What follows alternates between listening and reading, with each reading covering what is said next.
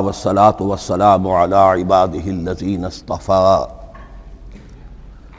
خصوصا على أفضلهم وخاتم النبيين محمد الأمين وعلى آله وصحبه أجمعين.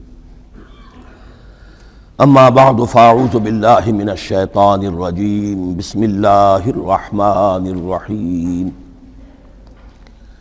الحمد لله رب العالمين الرحمن الرحيم مالك يوم الدين إياك نعبد وإياك نستعين اهدنا الصراط المستقيم صراط الذين أنعمت عليهم غير المغضوب عليهم ولا الضالين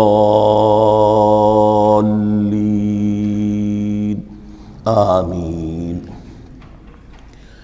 رب اشرح لي صدري ويسر لي أمري واحلل عقدة من لساني يفقهوا قولي.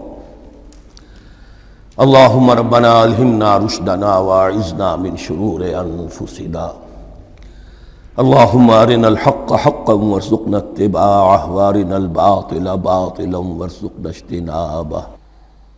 اللهم ربنا يسر لنا أمورنا كلها وأتمم لنا بالخير وتقبل منا فإنك خير المتقبلين آمین یا رب العالمین. ابھی میں نے سورہ فاتحہ کی تلاوت کی ہے اور آپ نے سماعت فرمائی.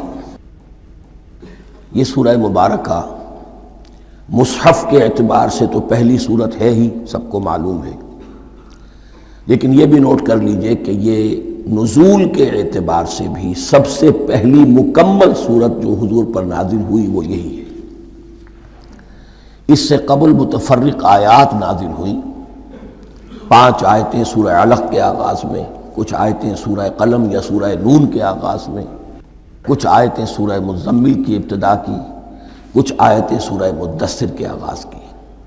5ویں وحی تقریباً اس پر اجماع ہے کہ یہ سورۃ الفاتحہ کی ہے اور یہ مکمل سورت ہے جو حضور پر نازل ہوئی. سورۃ الفاتحہ کے معنی ہوئے افتتاحی سورت. فتح یفتح کے معنی ہے کھولنا، مفتاح کنجی کو کہتے ہیں، چابی کو. تو یہ اوپننگ سورہ آف دی قرآن، قرآن حکیم کی افتتاحی سورت. ویسے جیسا کہ میں تعارف قرآن کے ضمن میں عرض کر چکا ہوں، عربوں کا یہ مزاج تھا کہ جس چیز سے انہیں خصوصی محبت ہوتی تھی اس کے بہت سے نام رکھتے تھے. اس کے بھی بہت سے نام ہیں. سورۃ الفاتحہ سب سے عام ہے، لیکن الکافیہ، الشافیہ، ام القرآن، اساس القرآن، کم سے کم یہ 4 نام تو میں سمجھتا ہوں کہ ہر مسلمان کو مزید معلوم ہونے چاہیے، اور بھی بہت سے نام. اس سورہ مبارکہ کی بالاتفاق و بالاجماع 7 آیتیں ہیں، اگرچہ ان کی ترتیب میں کچھ اختلاف ہے. ایک رائے یہ ہے، اور یہ رائے امام شافعی کی بھی ہے اور بصرہ کے جو قراء تھے ان کی بھی ہے، کہ آیت بسم اللہ بھی سورہ فاتحہ میں شامل ہے، اس کا جز ہے. وہ اس کو شامل کر کے پھر 7 آیتیں بناتے ہیں. تو آخری جنہیں ہم 2 آیتیں سمجھتے ہیں، صراط الذین انعمت علیہم غیر المغضوب علیہم ولا الضالین، وہ ان کے نزدیک ایک آیت ہے. تو گویا کہ نتیجہ یہ نکلا کہ آیتوں کی تعداد 7 ہی رہتی ہے. امام ابو حنیفہ رحمۃ اللہ علیہ کا موقف اور کوفے کے جو قراء تھے ان کا بھی موقف یہ ہے کہ آیت بسم اللہ نہ سورہ فاتحہ کا جز ہے نہ کسی اور سورت کا جز ہے، سوائے ایک مقام پر جہاں حضرت سلیمان علیہ السلام کا خط جو ہے نقل ہوا ہے، جو انہوں نے ملکہ سبا کو لکھا تھا، انہ من سلیمان و انہ بسم اللہ الرحمن الرحیم. تو قرآن کے متن میں صرف اسی جگہ پر یہ آیت شامل سمجھتے ہیں، باقی یہ صرف علامت کے طور پر کہ یہاں سے ایک نئی سورت شروع ہو رہی ہے درج کی گئی ہے. اس سورہ مبارکہ کو الصلاح قرار دیا گیا ایک حدیث میں. اس کا جو اسلوب ہے وہ دعا کا ہے، اور دعا کے ساتھ اس کی جو مناسبت ہے، اور پھر اسی کی وجہ سے ہماری نماز کا یہ جزو لا ینفک بنا دیا گیا. بلکہ ایک حدیث جو میں آپ کو سناؤں گا اس میں اسی کو نماز قرار دیا گیا، الصلاح یہی ہے.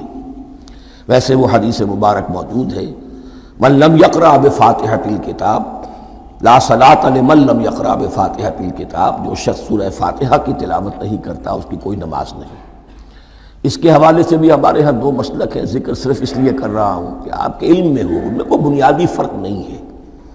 کسی بھی ایک رائے کا انسان قائل اور حامل ہو سکتا ہے بغیر اس کے کہ دوسرے کو بالکل غلط قرار دے، بلکہ یہ کہ اس کے لیے بھی گنجائش اپنے ذہن میں اور اپنے دل میں رکھے۔ اور دوسری رائے یہ ہے کہ اس کا حصہ نہیں ہے۔ اسی اعتبار سے یہ کہ یہ سورہ مبارکہ نماز میں پڑھی جانی ضروری ہے، لا صلاۃ لمن لم یقرأ بفاتحۃ الکتاب۔ البتہ یہ اختلاف ہے، یہ بات جو میں ذکر کر رہا تھا جو ذہن سے نکل گئی، کہ آیا مقتدی جو ہے امام کے پیچھے کھڑا ہو کر جب نماز پڑھ رہا ہو تو کیا اس صورت میں بھی اس کے لیے لازم ہے کہ سورہ فاتحہ پڑھے؟ اس میں دو رائے ہو گئی، بلکہ تین۔ ایک رائے انتہائی ہے اور وہ فقہ حنفی کی طرف منسوب ہے کہ اگر آپ امام کے پیچھے مقتدی کی حیثیت سے نماز پڑھ رہے ہیں تو کسی بھی رکعت میں آپ سورہ فاتحہ نہیں پڑھیں گے۔ ایک دوسری بالکل برعکس رائے ہے، وہ امام شافعی رحمۃ اللہ علیہ کی ہے کہ ہر حالت میں چاہے امام جہری رکعت پڑھا رہا ہو جس میں وہ بلند آواز سے سورہ فاتحہ پڑھ رہا ہو، اور چاہے وہ سری رکعت ہو، ہر حالت میں مقتدی کو بھی پڑھنی ہے۔ ایک تیسری رائے بین بین ہے، وہ امام مالک کی ہے رحمۃ اللہ علیہ، کہ جو سری رکعت ہے جس میں کہ امام بھی خاموشی سے پڑھ رہا ہے مقتدیوں کو بھی پڑھنی چاہیے۔ جو جہری رکعت ہے جس میں کہ امام بلند آواز سے پڑھ رہا ہے اس میں مقتدیوں کو خاموش رہ کر پوری توجہ جو ہے سننے پر صرف کر دینی چاہیے۔ اذا قرئ القرآن فاستمعوا له وانصتوا، جب قرآن پڑھا جا رہا ہو تو پوری توجہ اس کے پڑھنے پر مرکوز کر دو اور خود خاموش رہو۔ میرے اپنی رائے میں یہ تیسری رائے سب سے زیادہ صائب ہے اور اس میں کسی طرح کی بھی کوئی پیچیدگی پیدا نہیں ہوتی۔ بہرحال اس سورہ مبارکہ کا جو اسلوب ہے میں نے عرض کیا دعائیہ ہے، البتہ قرآن مجید کے علم اور حکمت کے اعتبار سے، اس کے فلسفے کے اعتبار سے ایک بات سمجھ لینی چاہیے۔ قرآن کا فلسفہ یہ ہے کہ بنیادی ہدایت ہر انسان کے دل میں موجود ہے، بالقوہ، پوٹینشلی۔ یہ جو قرآن مجید یا اللہ کی کتابیں نازل ہوتی ہیں یہ انہیں ایکٹیویٹ کرتی ہیں، وہ اندر کی جو ڈورمنٹ کانشسنس ہے، خابیدہ شعور جو ہے اسے بیدار کر کے اور پھر یہ کہ اسے اجاگر کرتی ہیں۔ ہر سلیم الفطرت انسان اور سلیم العقل انسان، دو سلامتی شرط ہیں۔ سلیم الفطرت، نیچر پرورٹڈ نہ ہو، فطرت مسخ نہ ہو گئی ہو، عقل سلیم ہو۔ ان دونوں چیزوں کا نتیجہ یہ نکلتا ہے کہ وہ انسان از خود بغیر کسی وحی کی رہنمائی کے، بغیر کسی نبی کی تعلیم کے سے استفادہ کیے ہوئے از خود بھی کچھ حقائق تک پہنچ جاتا ہے۔ اور وہ حقائق کیا ہیں؟ نمبر ایک یہ کہ اس کائنات کا ایک خالق ہے اور وہ ایک ہے، متصف ہے۔ نمبر دو یہ کہ انسان کی زندگی صرف یہ زندگی نہیں ہے بلکہ ایک اور زندگی ہے کہ جس میں اس زندگی کے اعمال کے نتائج برآمد ہوں گے۔ یہ دو باتیں، اس کی زیادہ وضاحت کے ساتھ جو ہے اس کا تذکرہ آئے گا سورہ لقمان میں، جہاں حضرت لقمان کی شخصیت کا تذکرہ ہے۔ لیکن یہاں صرف یہ بات سمجھ لیجئے کہ قرآن کا فلسفہ یہ ہے کہ ہر انسان میں، ہر فرد نوع بشر میں جو اپنی ولادت کے وقت مسلم ہوتا ہے، حضور کی حدیث ہے کل مولود یولد علی الفطرہ ابواہ یحودانہ او ینصرانہ او یمجسانہ، ہر بچہ نوع انسانی کا فطرت اسلام پر پیدا ہوتا ہے، وہ فطرت کے اندر وہ ہدایت ودیت ہے۔ اب اگر وہ فطرت بس نہیں ہوئی اور عقل جو ہے وہ صحیح رخ پر کام کر رہی ہے تو ان دو حقائق تک وہ انسان خود پہنچ جائے گا۔ لیکن ان دونوں حقائق تک پہنچنے کے بعد اب وہ دست بستہ دعا کرے گا کہ اے رب اب مزید ہدایت تو مجھے عطا فرما۔ ایک تو یہ کہ میں کیا کروں کیا نہ کروں، میری عقل اس میں ٹھوکر کھا سکتی ہے، میں کسی اچھی چیز کو بری سمجھ سکتا ہوں، کسی بری کو اچھی سمجھ سکتا ہوں، تو مجھے صحیح راستہ، صحیح راہ ہدایت پر چلا۔ یہ دعا ہے جو انسان کرتا ہے، جبکہ وہ ایمان باللہ اور ایمان بالآخرہ تک خود پہنچ چکا ہوتا ہے، اور یہ سمجھتا ہے کہ صحیح زندگی کا رخ یہی ہے کہ جس رب کو میں نے پہچانا ہے کہ وہ اس کائنات کا خالق ہے اور مالک ہے اور رب ہے، میں اس کی بندگی کروں، اس کی اطاعت کروں، اس کا حکم مانوں، اس کے راستے پر چلوں۔ لیکن وہ راستہ کون سا ہے؟ اس کے لیے پھر دست بدعا ہوتا ہے کہ پروردگار تو میری رہنمائی فرما۔ یہ مقام ہے کہ جہاں آپ سمجھ لیجئے اپنے آپ کو بھی آج اس جگہ پر تصور کرتے ہوئے پھر اس سورہ مبارکہ کو پڑھیے کہ آپ اس مقام پر اللہ کے فضل و کرم سے پہنچ چکے ہیں کہ اللہ کو آپ نے پہچان لیا اور اس کی توحید کو جان لیا، اس کی جملہ صفات کمال سے آپ واقف ہو گئے، آپ یہ بھی جان گئے کہ بڑھ کر اس کے حضور میں حاضر ہونا ہے اور وہ حساب کتاب لے گا۔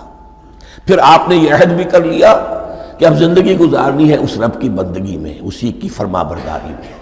اب یہاں کھڑے ہو کر آپ پوچھتے ہیں کہ اللہ مجھے وہ تفصیلی ہدایت عطا فرما، ایسا نہ ہو کہ کبھی میں کسی راستے پر چلتا ہوا کسی پگڈنڈی پر مڑ جاؤں اور وہ تھوڑی سی جو ڈیوییشن ہو میرے راستے کی وہ میری عاقبت کو برباد کر دے۔ یک لحظہ غافل گشتم و صد سال راہم دور شد، اس لیے کہ ہوتا یہی ہے سیدھے راستے سے ذرا سی کوئی پگڈنڈی جو ہے تھوڑے سے اینگل پر نکلی ہے، لیکن جب چلتے جائیں گے آپ تو جتنے آگے بڑھیں گے اس پر، اس راہ صراط مستقیم سے آپ اتنے ہی زیادہ دور ہوتے چلے جائیں گے۔ یہ ہے قرآن مجید کی حکمت اور فلسفے کے اعتبار سے اس سورہ مبارکہ کا مقام۔ اب آئیے ہم بسم اللہ کرتے ہیں۔ بسم اللہ الرحمن الرحیم، شروع کرتا ہوں میں اللہ کے نام سے جو رحمان اور رحیم ہے۔ اس پر کچھ گفتگو ہو چکی ہے تعارف قرآن کے ضمن میں کہ رحمان اور رحیم دو نام ہیں کہ جو رحمت کے مادے سے نکلتے ہیں۔ رحمان میں اللہ تعالیٰ کی رحمت کا جوش ہے، جانی کیفیت، طوفانی کیفیت، اور رحیم میں اللہ تعالیٰ کی رحمت کا دوام اور تسلسل۔ یہ دونوں کیفیات اللہ کی رحمت میں بیک وقت موجود ہیں، جس کا ہم تصور نہیں کر سکتے۔ ہم سمندر کو دیکھتے ہیں، متلاطم سمندر ہے، اس میں ہیجان ہے، طوفان ہے۔ دریا کو دیکھتے ہیں کہ وہ سکون کے ساتھ چل رہا ہے، خاموشی سے چل رہا ہے، بہہ رہا ہے، بس تسلسل کے ساتھ بہہ رہا ہے۔ ہم ان دونوں کیفیات کو علیحدہ علیحدہ دیکھتے ہیں تو ہمارا ذہن ان دونوں کو بیک وقت اس کا تصور نہیں کر سکتا، تخیل ممکن نہیں۔ لیکن اللہ کی رحمت کی یہ دونوں شانیں مستقلاً ہر وقت موجود ہیں، بیک وقت، اسی لیے ان دونوں کے درمیان کہیں حرف عطف نہیں آئے گا۔ بسم اللہ الرحمن الرحیم، الحمدللہ رب العالمین۔ کل حمد، اور حمد کو ذہن میں رکھ لیجئے، حمد مساوی ہے تعریف جمع شکر۔ عام طور پر ترجموں میں ایک لفظ لایا جاتا ہے، کل تعریف اللہ کے لیے، یہ کافی نہیں ہے۔ تعریف آپ کسی شے کی کر سکتے ہیں جس میں کوئی حسن ہے، خوبی ہے، کسی بھی اعتبار سے، خواہ آپ کو اس کے حسن و خوبی سے کوئی فائدہ حاصل نہیں ہو رہا۔ ایک پھول ہے، بہت خوبصورت ہے، بس ٹھیک ہے، خوبصورت ہے، آپ نے کہا، تعریف کر دی۔ شکر کرتے ہیں آپ اس شے کا جس سے آپ کو کوئی فائدہ پہنچا ہو، استفادہ ہوا ہو، آپ کی کوئی ضرورت پوری ہوئی ہو، آپ کی کوئی مشکل رفع ہوئی ہو۔ اور آپ دیکھیں گے کہ حمد میں یہ شکر کا پہلو غالب ہے۔ جتنی بھی دعائیں ہیں حضور سے منقول، شکر کے مقام پر وہاں حمد آتا ہے۔ بھوک لگی ہوئی تھی، کھانا کھایا، الحمدللہ الذی اطعمنی وسقانی۔ اب یہاں دیکھیے ترجمہ تعریف نہیں، شکر ہے اس اللہ کا جس نے مجھے کھلایا اور پلایا۔ آپ بیت الخلاء سے باہر آئے، نجاستیں آپ سے دور ہو گئیں، طبیعت میں انشراح ہوا، الحمدللہ الذی اذھب عنی الاذی وعافانی۔ وہ شکر ہے اس اللہ کا جس نے اذیت بخش چیزیں مجھ سے دور کر دیں اور مجھے عافیت بخشی۔ تو یہ الحمدللہ رب العالمین، اللہ تعالیٰ کا حسن و کمال اور حسن و جمال اپنی جگہ بھی اس انتہا کا ہے کہ جتنی تعریف اس کا حق ہے ہم کر ہی نہیں سکتے، لیکن اس کے احسانات اور انعامات ہم پر اتنے ہیں کہ ہم ان کو بھی گن نہیں سکتے۔ لہذا ایک ہی احصاء ہم نے کر دیا الف لام کے ساتھ، الحمدللہ رب العالمین۔ تمام تعریفیں اور کل شکر اللہ کے لیے ہیں کہ جو تمام جہانوں کا پروردگار ہے، رب ہے، مالک ہے۔ رب میں ایک مفہوم ہوتا ہے ربوبیت کا، اور اس میں مفہوم شامل ہوتا ہے تربیت کا، ربیانی صغیرہ۔ تو مالک ہونا اور تربیت دینا۔ آپ جس شے کے مالک ہوں گے آپ چاہیں گے اس میں بڑھوتری ہو، اس میں اضافہ ہو، وہ نشو و نما پائے۔ تو یہ دونوں چیزیں آپس میں ایک دوسرے کا جڑی ہوئی ہیں، پروردگار بھی اور مالک بھی۔ عام طور پر عربی میں رب کا لفظ مالک کے لیے آتا ہے، رب البیت، رب الدار، رب المال۔ تو مالک وہاں پر ظاہر بات ہے کہ اس سے مراد کیا ہے؟ مال والا، گھر والا، گھر کا مالک۔ تو کل شکر اور کل تعریف اس اللہ کے لیے ہے جو تمام جہانوں کا مالک بھی ہے اور پروردگار بھی ہے۔ الرحمن الرحیم، رحمان ہے اور رحیم ہے۔ اب دوبارہ اس کی میں وضاحت نہیں کروں گا۔ مالک یوم الدین، یوم دین کا مختار مطلق ہے۔ دین عربی زبان میں کہتے ہیں بدلے کو، دناہم کما دانو، کما تدینو تو دانو، یہ کہاوت ہے۔ جیسے اردو میں ہم کہتے ہیں جیسا کرو گے ویسا بھرو گے، کما تدینو تو دانو، تو یہ ہے بدلہ۔ اس کا بنیادی مفہوم جو ہے وہ بدلہ ہے۔ تو بدلے کا ایک دن ہے جس دن فیصلہ ہوگا کہ کون کیا کما کر لایا ہے اور اسے کیا بدلہ ملنا چاہیے۔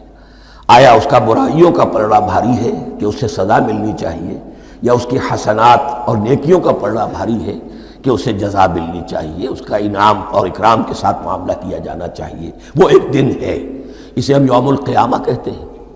اور لیکن اصل بات جو یہاں کہی گئی، یعنی ایک جملے میں تین باتوں کا اعتراف ہو رہا ہے۔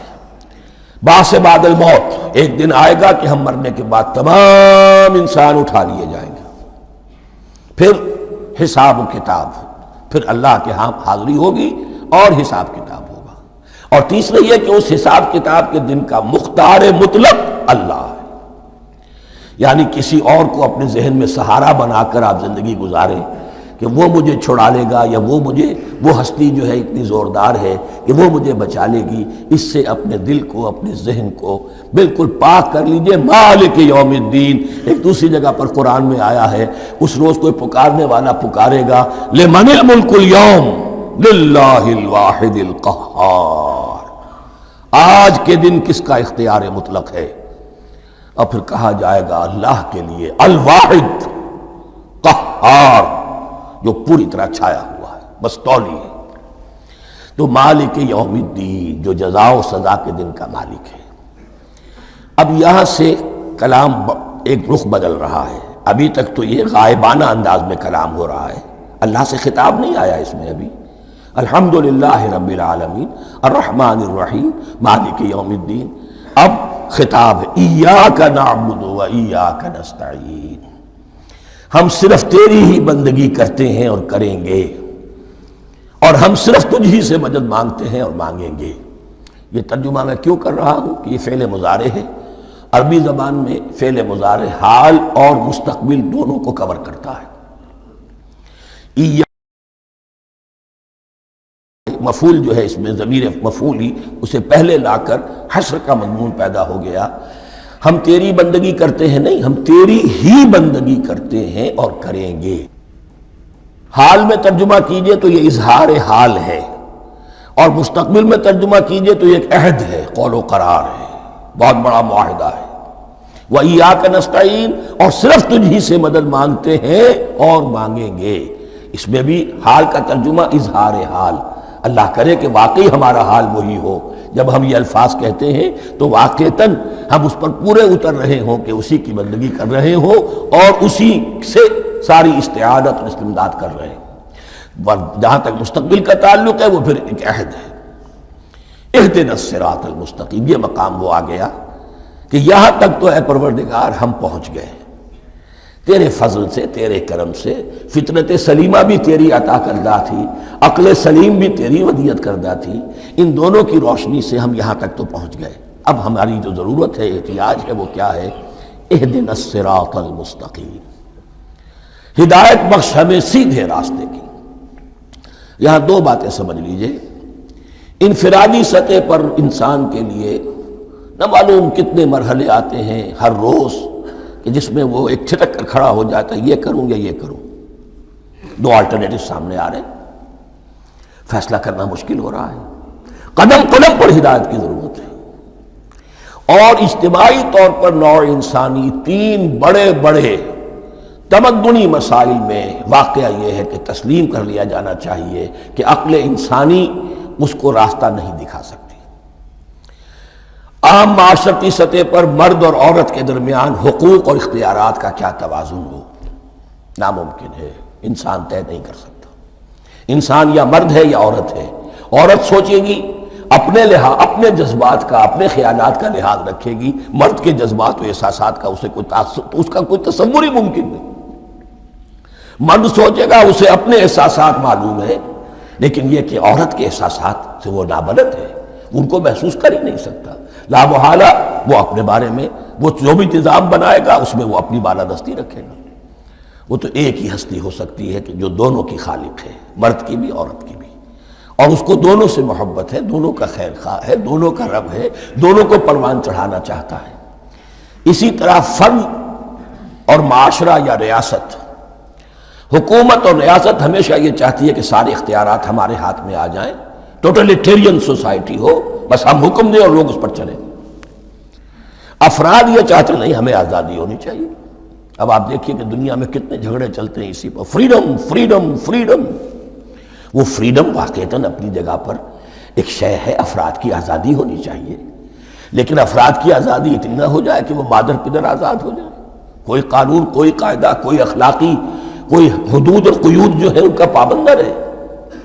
تو اب کہاں ہے وہ نقطہ اعتدال کہ جس میں انسان کے انفرادی آزادی، انفرادی اختیار اور ادھر اجتماعی مصلحتیں جو ہیں ان کو بیلنس کیا جا سکے؟ انسان طے نہیں کر سکتا، صرف اللہ ہی اس کے لیے نظام دے سکتا ہے۔ تیسرا مسئلہ ہے سرمایہ اور محنت، اس میں کیا توازن ہو؟ سرمایہ اور محنت دونوں مل کر کچھ بنا رہے ہیں، کچھ پروڈیوس کر رہے ہیں۔ اب اس میں نفع جو ہوا ہے اس میں سرمایہ کا کتنا حصہ ہونا چاہیے اور لیبر کا کتنا ہونا چاہیے، کون طے کر سکتا ہے؟ اس کے لیے بھی کہ ایسا نہ ہو کہ سرمایہ داری جو ہے آکاش بیل بن کر پورے معاشرے پر چھا جائے، اور غریب بیچارہ، مزدور بیچارہ، کاشتکار بیچارہ وہ گویا کہ چکی کے دو پارٹوں میں پس کر رہ جائے، اس کی کوئی حیثیت نہ رہ جائے۔ لیکن یہ کہ دوسری طرف اگر یہ کہ مزدور کا جو حق ہے اس سے زیادہ اس کو دے دیا جائے تو سرمایہ جو ہے وہ سکڑ جائے گا، شائی ہو جائے گا، وہ پھر میدان میں نہیں آئے گا۔ کیا کیا جائے؟ کون سا نقطہ عدل و اعتدال ہے؟ یہ تین مسائل ایسے ہیں، اہدنا الصراط المستقیم۔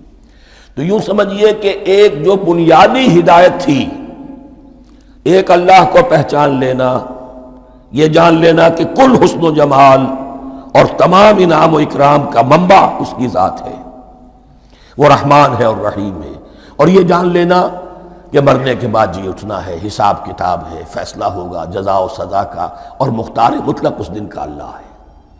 پھر یہ عہد کر لینا ایاک نعبد و ایاک نستعین۔ اس کے بعد دعا، پروردگار ہمیں ہدایت پر قائم رکھ، ہماری ہدایت میں اضافہ فرما۔ اس ہدایت کے لفظ کو سمجھ لیجئے، بنیادی ہدایت، تفصیلی ہدایت، قدم قدم پر ہدایت، ہدایت پر ہدایت۔ والذین اہتدوا زادہم ھدی، جو لوگ ہدایت کے راستے پر آتے ہیں اللہ ان کی ہدایت میں اضافہ کرتا ہے۔ تو یہ قدم قدم پر ہمیں ہدایت کی ضرورت ہے اور مرحلہ وار ضرورت ہے۔ ہدایت اس کو بھی کہتے ہیں کہ کسی نے آپ سے کوئی پتہ پوچھا، آپ نے کہا ادھر جانا، پھر دوسری گلی میں مڑنا، پھر جانا دو تین لائٹیں چلے جانا، پھر مڑنا، وغیرہ وغیرہ، یہ بھی ہدایت ہے، نظری طور پر آپ نے بتایا ہے۔ ایک ہدایت یہ ہوئی کہ بھائی میں چلتا ہوں آپ کے ساتھ، میں آپ کو وہاں تک پہنچا دوں گا تاکہ آپ کو دقت نہ ہو، آپ نے منزل تک پہنچا دیا۔ ان دونوں کے درمیان، یہ تو میں نے ایک فرد کی مثال دی ہے، اللہ اور بندے کے درمیان نہ معلوم کتنے مراحل ہیں ہدایت کے۔ تو کسی وقت بھی انسان اپنے آپ کو ہدایت خداوندی سے مستغنا نہیں سمجھ سکتا، اور نہیں تو پروردگار جو ہدایت دی ہے اس کو ہدایت پر قائم رکھ۔ کیا پتہ شیطان کا کوئی حملہ، کیا پتہ ہمارے نفس کی کوئی شرارت کسی ایسے رخ پر ہمیں ڈال دے کہ اب تک کی ساری کمائی بھی ضائع ہو جائے۔ لہذا یہ نہ سمجھیے کہ جب یہ ساری چیزیں ان کو معلوم تھی، وہ ان چیزوں کا تو اقرار کر رہے تو اب ہدایت کون سی مانگ رہے ہیں؟ تو ہدایت کا تو بڑا میدان کھلا ہوا ہے، اور اس ہدایت کی وہ جو میں نے آخری شکل آپ کو بتائی ہے کہ منزل مقصود تک پہنچا دے، یہ ہدایت بھی قرآن مجید میں اس معنی میں بھی لفظ آیا ہے کہ اہل جنت جب جنت میں داخل ہوں گے تو جو ترانہ حمد ان کی زبان پر اس وقت ہوگا وہ کیا ہے؟ الحمدللہ الذی ہدانا لہذا وما کننا لنہتدی لولا ان ہدانا اللہ۔ کل شکر صلی اللہ کا جس نے ہمیں یہاں تک پہنچا دیا، ہدایت دی یہاں تک پہنچا دیا، اور ہم ہرگز نہ پہنچ پاتے، ہم ہرگز ہدایت یافتہ نہ ہو سکتے اگر اللہ ہی ہمیں ہدایت نہ دیتا۔ اہدنا الصراط المستقیم، سیدھا راستہ، صراط الذین انعمت علیہم، اب اس کی مزید وضاحت ہے، راستہ اس کا ان لوگوں کا جن پر تیرا انعام ہوا۔ یہ کون لوگ ہیں؟ اس کی وضاحت آپ کو ملے گی سورہ نساء میں، من یطع اللہ والرسول فاولئک مع الذین انعم اللہ علیہم من النبیین والصدیقین والشہداء والصالحین۔ چار طبقات ہیں منعم علیہم جن پر اللہ کا انعام ہوا ہے۔ چوٹی پر انبیاء کرام، اس کے بعد صدیقین کرام، اس کے بعد شہداء عظام، اس کے بعد عام صالح مسلمان، صالح ہو۔ یہ بیس لائن ہے، اس سے اوپر کا درجہ شہداء کا ہے، اس سے اوپر کا درجہ صدیقین کا ہے، اور پھر اس سے اوپر کا درجہ انبیاء کا ہے۔ انبیاء میں سے پھر وہ بھی ہوتے ہیں کہ جو اولو العزم میں من الرسل ہیں، لیکن یہ چار طبقات ہیں، ان کے راستے پر ہمیں چلا۔ غیر المغضوب علیہم ولا الضالین، جو مغضوب علیہم نہیں ہوئے، جن پر تیرا غضب نہیں ہوا، اور غضب ہوتا ہے ان پر کہ جو ہدایت کے واضح ہونے کے بعد ہدایت کو ترک کر دیں، وہ ہے مغضوب علیہم۔ جنہیں ہدایت مل گئی ہو، ہدایت کو پہچان لیا ہو، پھر اپنی شرارت نفس کی وجہ سے، اپنی نفسانیت کی وجہ سے، اپنے تکبر کی وجہ سے، اپنے حسد کی وجہ سے وہ اس حق کو رد کر دیں، اس کو ترک کر دیں، ان پر اللہ کا غضب آتا ہے۔ اور اس میں اس کی بہت بڑی مثال تاریخ کے اعتبار سے یہودی ہیں۔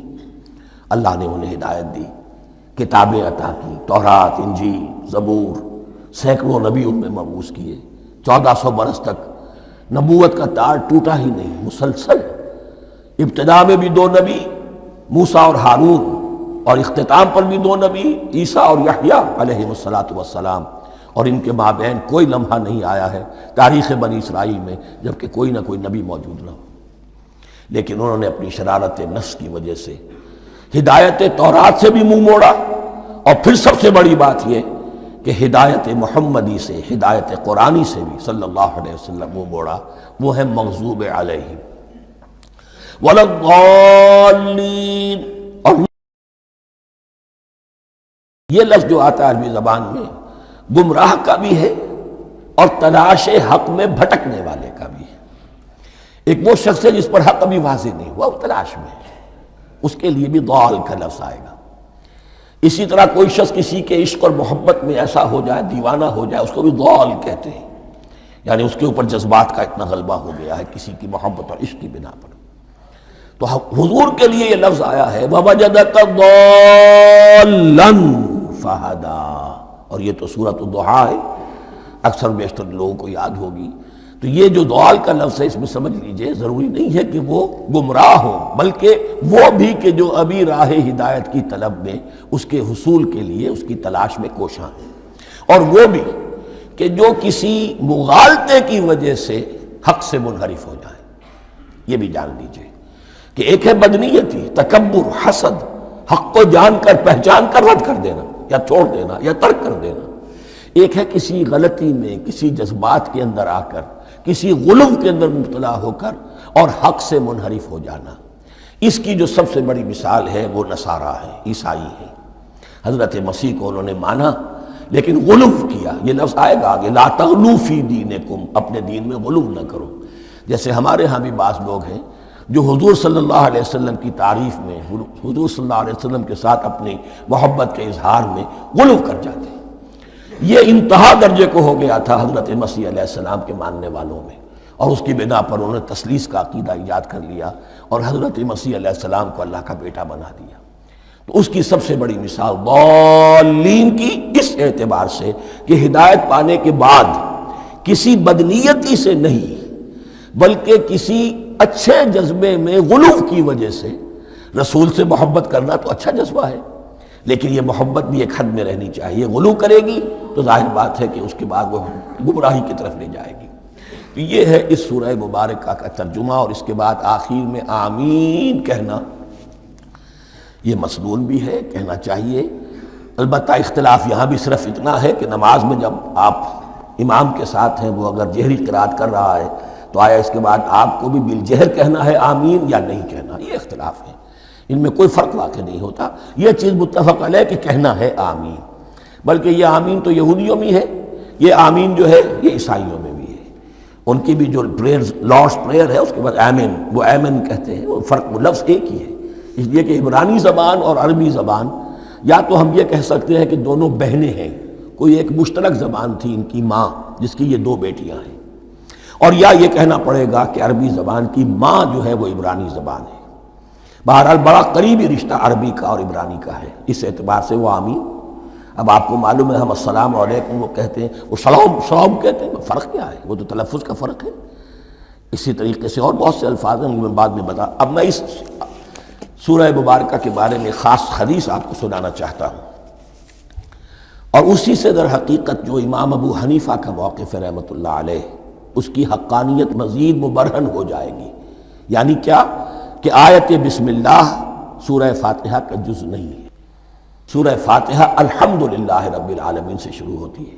وہ میں آپ کو بتانا بھول گیا کہ جن کے نزدیک یہ سورت کا جز ہے وہ پھر جہری قرات میں بسم اللہ الرحمن بھی بلند آواز سے کہیں گے، اور جن کے نزدیک یہ سورہ فاتحہ کا جز نہیں ہے وہ نہیں کہیں گے، وہ الحمدللہ رب العالمین سے قرات کریں گے۔ تو کوئی فرق نہیں ہے بنیادی۔ یہ حدیث جو ہے یہ مسلم شریف میں ہے اور حدیث قدسی ہے، اس کے راوی حضرت ابو ہریرہ ہے رضی اللہ تعالی عنہ، اور اس حدیث نے اس سورت کے مضامین کا نہایت عمدہ تجزیہ کر دیا ہے۔ حدیث کے الفاظ سن لیجئے، قسمت الصلاۃ بینی و بین عبدی نصفین۔ اللہ تعالیٰ فرما رہے ہیں، حدیث قدسی ہے، میں نے نماز کو، صلاۃ کو اپنے اور اپنے بندے کے درمیان آدھا آدھا تقسیم کر لیا، فنصفها لی ونصفها لعبدی، اس کا نصف جو ہے وہ میرے لیے ہے اور نصف جو ہے وہ میرے بندے کے لیے ہے، وَلِعَبْدِي مَا سَأَلَ، اور جو میرے بندے نے مانگا میں اسے دوں گا، میرا وعدہ ہے یا میں نے اسے دیا۔ اس کے بعد اس کی تفصیل آتی ہے، اذا قال العبد، جب بندہ کہتا ہے الحمدللہ رب العالمین، قال اللہ حمدنی عبدی، جب بندہ کہتا ہے الحمدللہ رب العالمین، اللہ فرماتا ہے میرے بندے نے میری حمد کی۔ وَإِذَا قَالَ الرَّحْمَنِ الرَّحِيمِ قَالَ اللَّهُ اثْنَىٰ عَلَيَّ عَبْدِي، جب بندہ کہتا ہے الرحمن الرحیم، اللہ فرماتا ہے میرے بندے نے میری ثنا کی۔ وَإِذَا قَالَ مَالِكِ يَوْمِ الدِّينِ قَالَ اللَّهُ تَعَالَى مَجَّدَنِي عَبْدِي، میرے بندے نے میری تمجید بیان کی، میری بزرگی بیان کی۔ اب یہ تین آیتیں ہو گئیں، تینوں میں اللہ کی حمد ہے، ثنا ہے، تمجید ہے، یہ تین آیتیں خالص اللہ کے لیے ہو گئیں۔ اب چوتھی آیت آئی، ایاک نعبد و ایاک نستعین، اس کے بارے میں جب بندہ کہتا ہے اذا قال العبد ایاک نعبد و ایاک نستعین، قال اللہ تعالی ھذا ما بینی و بین عبدی ولعبدی ما سأل، یہ میرے اور میرے بندے کے درمیان ہے۔ یہ تو یوں سمجھیے کہ یہ گرہ لگ گئی ہے میرے اور میرے بندے کے مابین، اس نے مجھ سے قول و قرار کیا ہے، اس نے میری بندگی کا اعتراف کیا ہے، اس نے تسلیم کیا ہے کہ میری ہی بندگی کرتا ہے اور کرے گا، اور مجھ سے مدد چاہیے ہے۔ ھذا ما بینی و بین عبدی، یہ معاہدہ ہے، معاہدہ دو فریقوں کے مابین ہوتا، یہ میرے اور میرے بندے کے مابین ہے۔ وَلِعَبْدِي مَا سَأَلَ، اور میں نے اپنے بندے کو دیا جو اس نے مانگا، وہ میری مدد چاہتا ہے، میری مدد اس کے شامل حال رہے گی۔ فَإِذَا قَالَ، اور جب بندہ کہتا ہے اهْدِنَا الصِّرَاطَ الْمُسْتَقِيمَ صِرَاطَ الَّذِينَ أَنْعَمْتَ عَلَيْهِمْ غَيْرِ الْمَغْضُوبِ عَلَيْهِمْ وَلَا الضَّالِّينَ، قَالَ اللَّهُ تَعَالَى هَذَا لِعَبْدِي وَلِعَبْدِي مَا سَأَلَ، یہ تین آیتیں یہ میرے بندے کے لیے، اهْدِنَا الصِّرَاطَ الْمُسْتَقِيمَ، اسی صراط مستقیم کی وضاحت ہے مثبت، صراط الذین انعمت علیہم، اسی صراط المستقیم کی وضاحت ہے منفی انداز میں غیر المغضوب علیہم ولا الضالین۔ یہ سب میرے بندے کے لیے ہے اور میں نے اپنے بندے کو دیا جو اس نے مانگا۔ اس کو میں نے ایک مرتبہ یہ ترازو کی شکل میں اس کو لکھوایا تھا۔ دیکھیے یہ ایاک نعبد و ایاک نستعین، یہ ہے وہ ترازی کی وہ ڈنڈی۔ واو جو ہے ایاک نعبد و ایاک نستعین، واو جو ہے گویا کہ وہ مٹھ ہے جس سے کہ ترازو کو پکڑا جاتا ہے۔ ادھر ایک پلڑا ہے جس کی 3 آیتیں ہیں، الحمدللہ رب العالمین الرحمن الرحیم مالک یوم الدین۔ اس کا نتیجہ کیا نکلا؟ ایاک نعبد۔ آپ نے شاید یہ سنا بھی ہو، ایک بہت ہی عمدہ قرات کا جو ریکارڈ ہے قاری عبدالباسط عبدالصمد کا، وہ یہیں سے چل کر سورہ فاتحہ کی قرات کر کے ایاک نعبد پر آ کر رکتا ہے۔ الحمدللہ رب العالمین الرحمن الرحیم مالک یوم الدین ایاک نعبد۔ گویا کہ یہاں یہ صورت بالکل ہاف ہو گئی ہے۔ 3 آیتوں میں اللہ کی حمد ہے، ثنا ہے، تمجید ہے، جس کا نتیجہ ہم تیری ہی بندگی کرتے ہیں، تیری ہی اطاعت کریں گے۔ لیکن اب اس کے بعد سوال ایاک نستعین، اسی کی جو استعانت کیا درکار ہے ہمیں؟ ہدایت۔ ہدایت سب سے بڑی استعانت ہے، ہدایت ہی تو سب سے بڑی مدد ہے۔ اہدنا الصراط المستقیم صراط الذین انعمت علیہم غیر المغضوب علیہم ولا الضالین۔ یہ ایاک نستعین کے حق کے ساتھ یہ 3 آیتیں آ گئیں، اہدنا الصراط المستقیم صراط الذین انعمت علیہم غیر المغضوب علیہم ولا الضالین۔ قسمت الصلاۃ بینی و بین عبدی نصفین فنصفها لی ونصفها لعبدی ولعبدی ما سأل۔ اللہ تعالیٰ اس سورہ فاتحہ کا جو اصل مفہوم ہے وہ بھی ہمارے ذہنوں پر، ہمارے شعور کی سطح پر اسے اجاگر کیے رکھے، ہمیں توفیق دے کہ جب بھی پڑھیں، جب بھی سنیں تو وہ کیفیت اگر ہو جائے۔ اس لیے کہ ایک حدیث ہے کہ الصلاۃ معراج المومنین، نماز تو اہل ایمان کے حق میں معراج کے درجے میں ہے۔ اس حوالے سے ہم یہ سمجھ سکتے ہیں کہ کوئی وقت ایسا آ سکتا ہے کہ انسان کو واقعتاً، روح انسانی واقعتاً اللہ کے یہ جواب سنے، انہونی بات نہیں ہے۔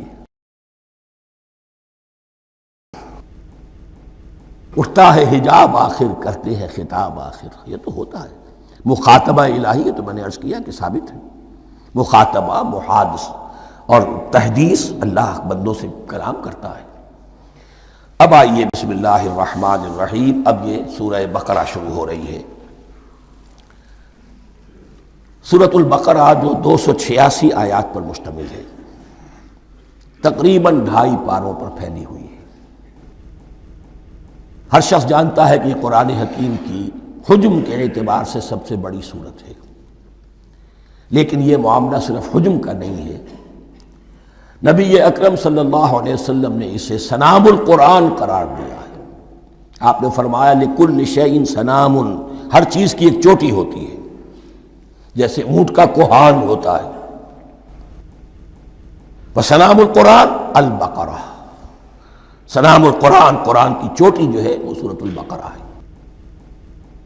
یہ نوٹ کر لیجئے جو میں نے کل آپ کو جو مختلف مکی اور مدنی صورتوں کے گروپوں کے بارے میں بتایا تھا کہ یہاں سے اب پہلی منزل بھی شروع ہو رہی ہے اور پہلا گروپ بھی شروع ہو رہا ہے، اور اس کے ساتھ جو اگلی صورت آئے گی وہ اس کا جوڑا ہے، سورہ آل عمران، جس کی سب سے نمایاں علامت یہ نوٹ کیجئے، یہ بھی الف لام میم سے شروع ہوئی، اگلی بھی الف لام میم سے شروع ہوگی۔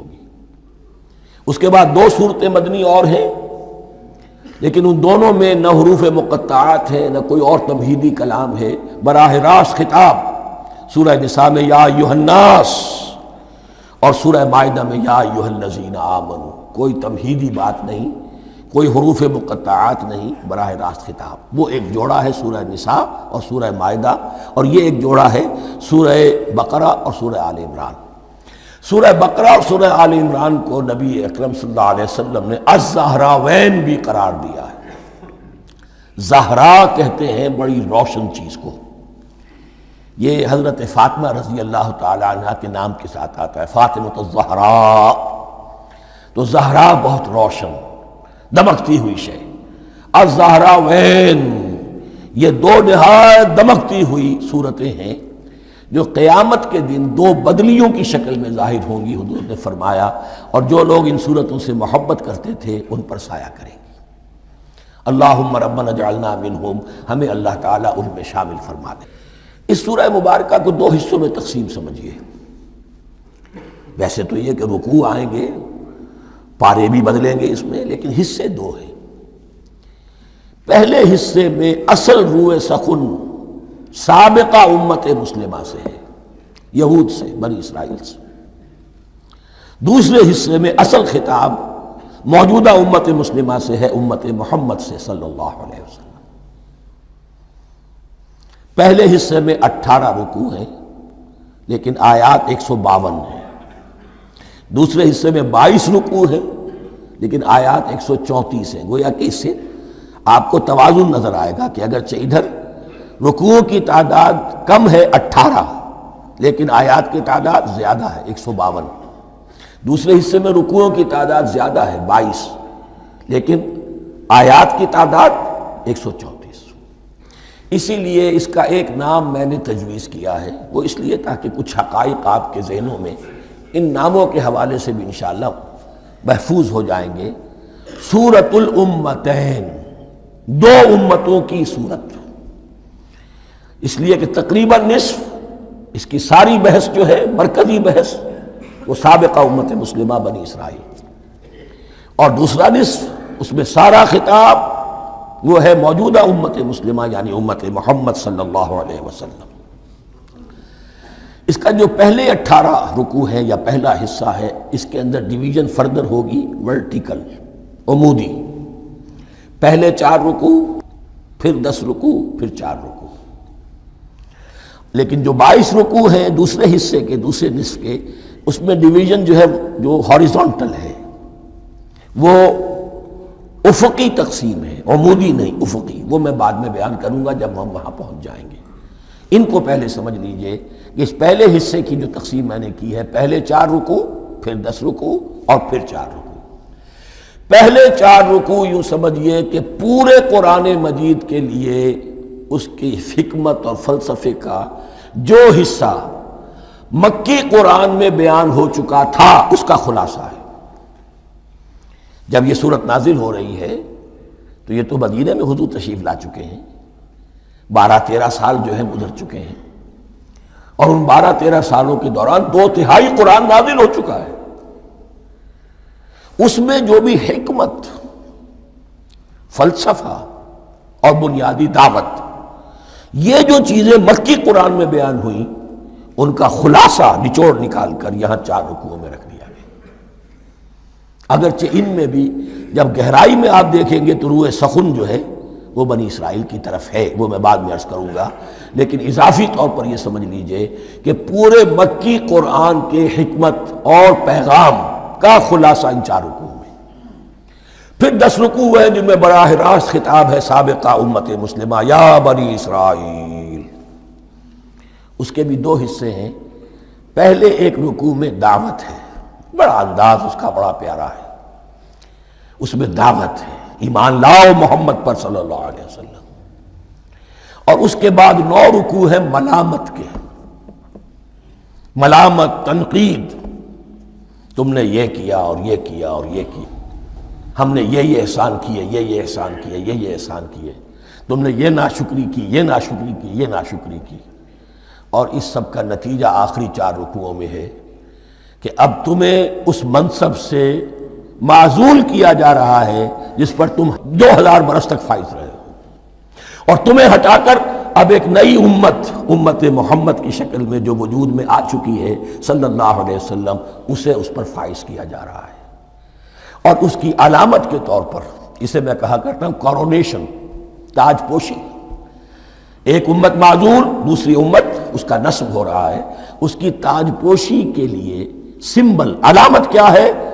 قبلہ تحویل۔ وہ قبلہ یروشلم سابقہ امت کا قبلہ اب ادھر رخ نہیں ہوگا، اب اہل توحید کا قبلہ یہ مکے کی طرف ہوگا، بیت اللہ کی طرف ہوگا۔ تو تحویل قبلہ کا مضمون ہے جو ان 4 رکوعوں میں آتا ہے۔ تو یہ میں نے تھوڑی سی تمہید جو ہے آپ کے سامنے رکھ دی ہے۔ اب بسم اللہ کیجئے۔ بسم اللہ الرحمن الرحیم۔ الف لام میم، الف لام میم یہ حروف مقطعات ہیں، یہ علیحدہ علیحدہ پڑھے جاتے ہیں، علم نہیں پڑھ سکتے اس کو۔ الف لام میم، ہا میم ہے، ہا علیحدہ میم علیحدہ، اگرچہ لکھے ہوئے ہوتے ہیں جڑے ہوئے، کاف ہا یا عین صاد لکھے ہوئے جڑے ہوئے، پڑھے جائیں گے علیحدہ علیحدہ، قطع علیحدہ کرنا۔ تو حروف مقطعات، ان کے بارے میں ایک بات تو جو ہے اجماعی ہے، سب کے نزدیک مسلم ہے، ان کا کوئی حتمی مفہوم اور ان کے حتمی معنی کسی کو معلوم نہیں سوائے اللہ اور اس کے رسول کے۔ اس معنی میں یوں بھی کہا گیا یہ کوڈ ورڈز ہیں، جیسے کہ کوئی میسیجز جو ہیں ادھر ادھر بھیجے جاتے ہیں، سیکرٹ میسیجز، تو کچھ کوڈ ورڈز ہوتے ہیں جس سے سمجھ میں آتا ہے کہ یہ بات واقعتاً صحیح سورس سے آ رہی ہے، واللہ عالم۔ لیکن اس کا کوئی مفہوم اور اس کے معنی جو ہیں وہ اتفاق اس پر ہے، اگرچہ بعض حضرات نے کچھ اپنی سی کوشش کی ہے کچھ مفہوم جو ہے بنانے کی، وہ اپنی جگہ پر ہے، لیکن یہ کہ کسی حضرت عبداللہ ابن عباس رضی اللہ تعالی عنہما نے بعض ایسی کوششیں کی ہیں، لیکن ان کی رائے کو بھی ان کی ذاتی رائے سمجھا گیا ہے، امت نے اسے قبول نہیں کیا۔ اجماع اور کنسنسس اسی پر ہے کہ اس کے معنی اور مفہوم کسی کو معلوم نہیں سوائے اللہ اور اس کے رسول کے۔ البتہ بعض چیزیں ایسی ہیں کہ وہ اگر نوٹ کر لی جائیں تو شاید آئندہ ہے اس میں کچھ راز کھلنے کے امکانات پیدا ہو جائیں۔ دیکھیے عربی زبان کے جو الفابیٹس ہیں ان کی تعداد 29 ہے یا 28 ہے، میں بتا چکا ہوں۔ الف اور حمزہ کو ایک سمجھے تو 28 ورنہ 29۔ پہلی بات یہ نوٹ کیجئے قرآن حکیم کی 114 سورتوں میں سے 29 سورتوں میں ان کے شروع میں یہ حروف مقطعات آئے ہیں۔ دوسری بات یہ کہ اس میں 28 کا نصف کیجئے تو 14 استعمال ہوئے، 14 نہیں استعمال ہوئے، بالکل آدھی۔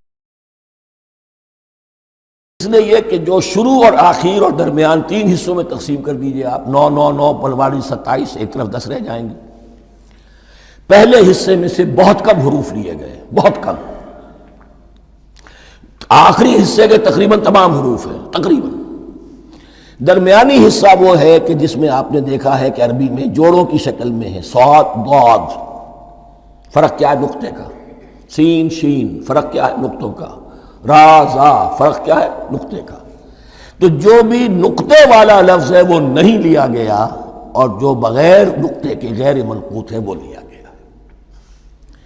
پھر اس میں 3 صورتیں ہیں جن میں ایک ایک حرف آیا ہے، سورہ قاف، سورہ نون، سورہ صاد۔ پھر صورتیں ہیں جن میں 2 2 آئی ہیں، جن میں 3 3 آئے ہیں، پھر 4 4 آئے ہیں، 2 ہی صورتیں ہیں جن میں 4 4 ہیں، اور 2 ہی صورتیں جن میں 5 5 ہیں۔ تو یہ ہے صرف یوں سمجھیے کہ اعداد و شمار۔ اس کے حوالے سے کچھ آدمی غور کرے تو شاید کوئی بات نکلے۔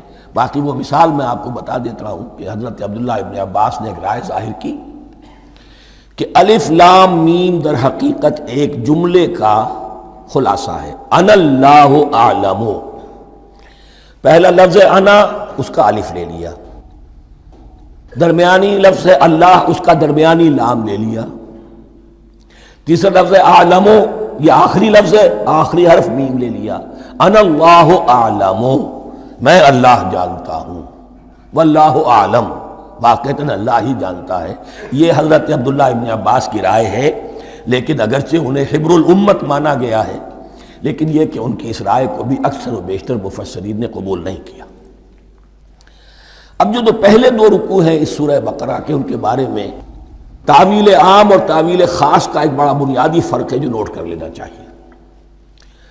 جس وقت یہ صورت نازل ہو رہی ہے، میں عرض کر چکا ہوں کہ 12 سال ہو چکے تھے حضور کو اپنا فریضہ نبوت و رسالت ادا کرتے ہوئے۔